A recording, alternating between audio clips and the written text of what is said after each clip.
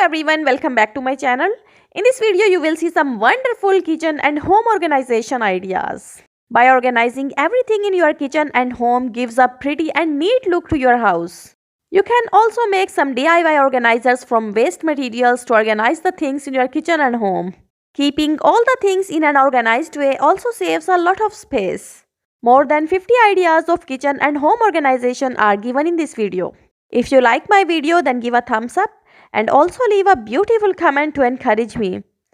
And also tell me from which country you are watching my channel. Kitchen and home organization is very important for us because by organizing everything in your kitchen and home, you can get the things at the time when you need. If you like the video, then give a thumbs up.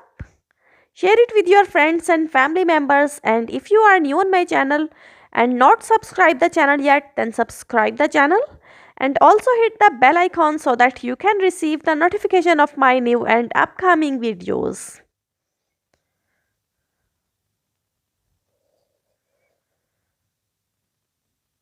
Alright viewers, thanks for watching. See you again in the next video with more wonderful ideas.